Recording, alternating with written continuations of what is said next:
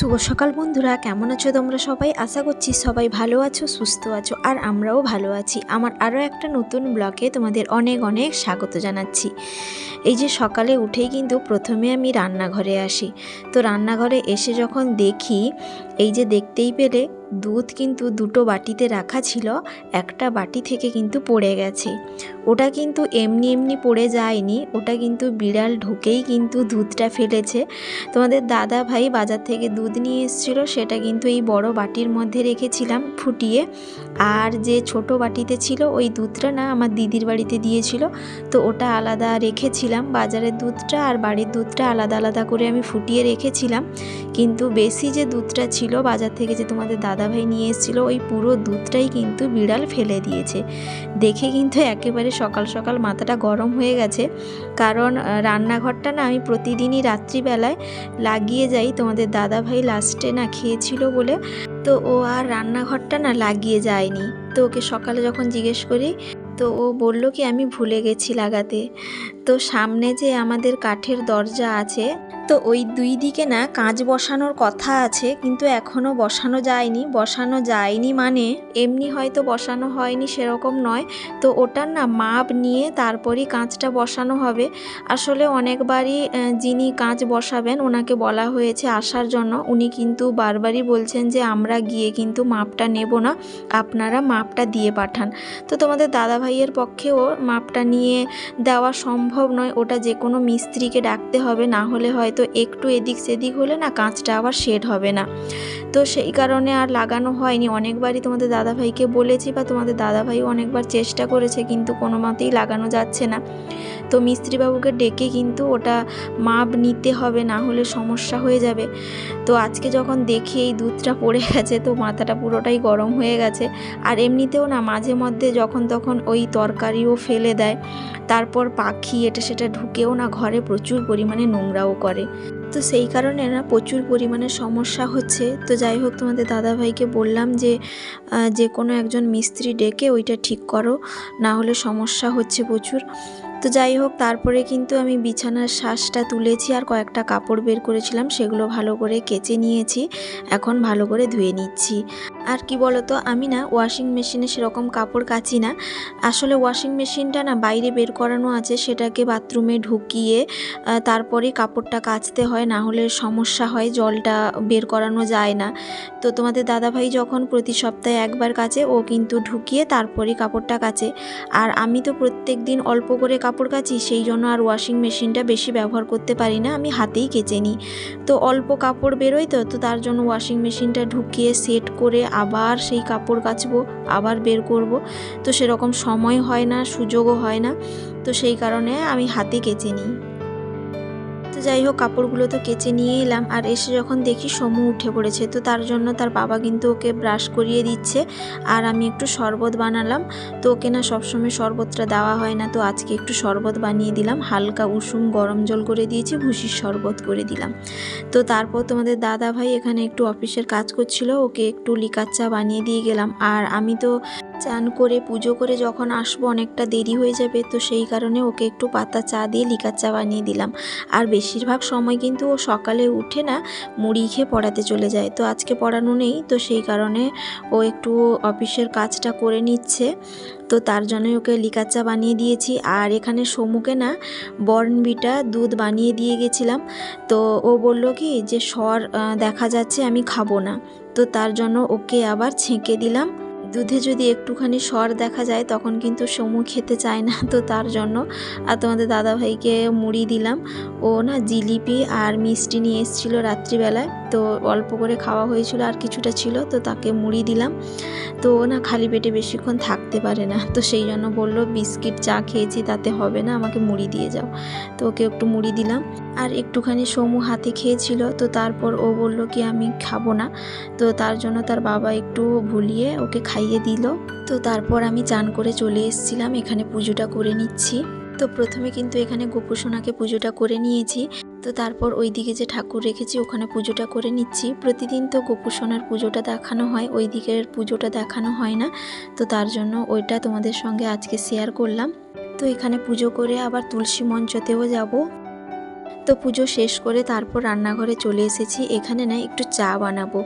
আমি যেহেতু চা খেতে পছন্দ করি তো সেই কারণে চা বানাবো, কিন্তু দেখলাম দুধের মধ্যে না সরটা ভেঙে গেছে, তো সেই কারণে দুধটা আমি ছেঁকে বসালাম।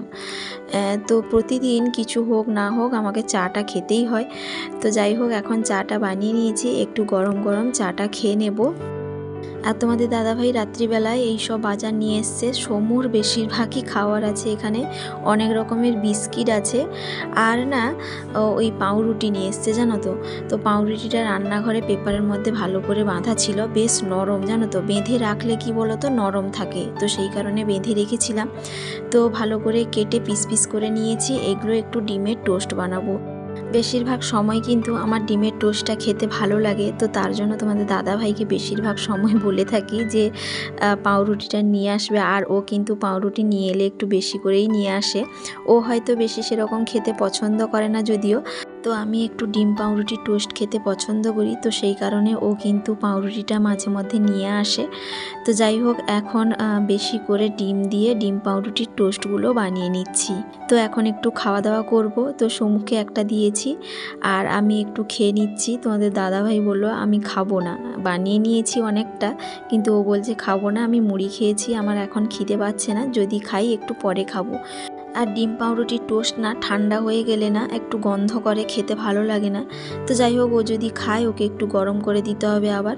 তো যাই হোক, আমি কিন্তু ডিম পাউরুটিটার টোস্ট খাচ্ছিলাম, তার আগে কিন্তু একটু চচ্চড়ি বসিয়ে দিয়ে গেছিলাম। আর আজকে না কুমড়ো দিয়ে যে চচ্চড়িটা বানাচ্ছি ওটা কিন্তু পেঁয়াজ দিয়ে করছি। ওইটা না অ্যাকচুয়ালি হোটেলে যেরকম রান্না করে তো ওই রকমই রান্নাটা করেছি, খেতে কিন্তু বেশ ভালো লাগে। মানে ফোড়ন দিয়ে পেঁয়াজ দিয়ে তারপর ওই আলু আর কুমড়ো দিয়েছিলাম, দিয়ে সেটা নেড়ে চেড়ে নামিয়ে নিয়েছি। তো যাই হোক, এখানে মাছের মধ্যে লবণ হলুদ মাখিয়ে নিলাম। আর আজকে কিন্তু পাবদা মাছের ঝাল করব আর নদীর মৌরলা মাছের টক রান্না করব। তো ফোড়ন দিয়ে নদীর মৌরলা মাছগুলো দিয়ে দিয়েছিলাম, একটু হালকা নেড়ে চেড়ে তারপর তেঁতুলের জলটা দিয়ে দিলাম। তেঁতুলটা আগে থেকে ভিজিয়ে রেখেছিলাম, আর মাছটা না একটু ভেঙে গেছে যদিও, তো যাই হোক ওটাকে দিয়েই চালিয়ে নিচ্ছি। তো টকটা এক পাশে বড় বাটিতে তুলে দিয়েছি, দিলে কি বলো তো তাড়াতাড়ি রান্নাটা হয়ে যাবে। তো যাই হোক, তারপর পাবদা মাছগুলো ভালো করে একটু ভেজে নিচ্ছি, মাছের ঝাল দেওয়া করব। আর ঝাল দেওয়ার জন্য পেঁয়াজটাও কেটে নিয়েছি আমি, আর সরিষা তো ফ্রিজে বেটে রেখেছিলাম ওটাও বের করে নিয়ে এসেছি।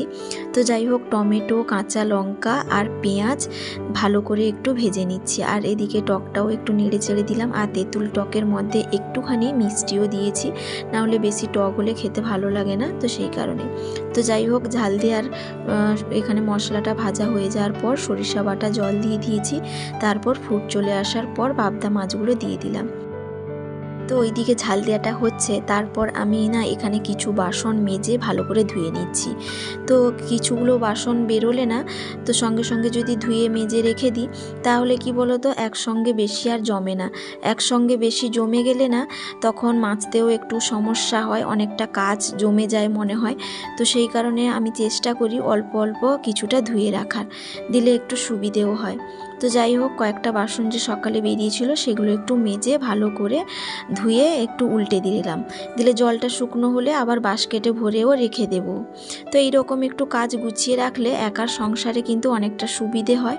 তো যাই হোক, এদিকে ঝাল দেওয়াটা প্রায় হয়ে এসছে, এখন আমি নামিয়ে নেব। আর হ্যাঁ, ঝাল দেওয়ার মধ্যে একটু কাঁচা সরিষার তেলও কিন্তু দিয়েছি, যাতে একটু সেন্টটা ভালো হয় এবং খেতেও ভালো হয়। তো যাই হোক, চচ্চড়ি মাছের ঝাল দেওয়া আর টক কিন্তু একেবারে কমপ্লিট। তোমাদের দাদাভাইকে এখন খেতে দেবো।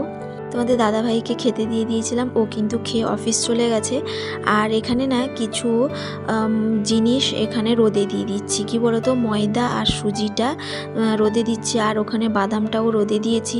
কি বলো তো বাড়িতে যখন থাকি না এগুলো অল্প করে যখন তখন যেটা সেটা জিনিস আমি রোদে দেওয়ার চেষ্টা করি, না হলে এগুলো না বেশি দিন থেকে গেলে নষ্ট হয়ে যাবে। আর একসঙ্গে কিন্তু আমি বেশি জিনিস রোদে দিই না, কারণ এগুলো তুলে রাখতেও একটু সমস্যা হবে আমার। তো তার জন্য যখন যখন যেরকম বাড়িতে থাকি সেরকম অল্প করে জিনিস রোদে দেওয়ার চেষ্টা করি। আর ওইদিকে সমু কিন্তু পাইপে জল নিয়ে ওইখানে জলগুলো ভরছে। তো আমি অনেক কষ্টে কিন্তু ওকে আবার ঘরের মধ্যে নিয়ে এসেছি। বাচ্চাদের জল কাদা এইসব দেখলে আর বলতে হলো না, সেইগুলো নিয়েই সারাদিন পড়ে থাকবে। তো যাই হোক, তারপরে কিন্তু খাওয়া দাওয়া শেষ করে এখানে আমি গ্যাসটা ভালো করে ধুয়ে পরিষ্কার করে নিচ্ছি। আর এরই মাঝখানে কিন্তু আমি কাপড়গুলোও রোদে দিয়েছিলাম, কিন্তু ভালো করে শুকনো হয়নি। ওইগুলো আবার তুলে রাখবো, কারণ আমি একটু পরে ডিউটিতে চলে যাব। তো সেই কারণে এখন আবার ওইগুলো তুলে ঘরের মধ্যে মেলবো। তো কাপড়গুলো না সব কিন্তু ওই রোদ থেকে তুলে নিয়ে এসেছি।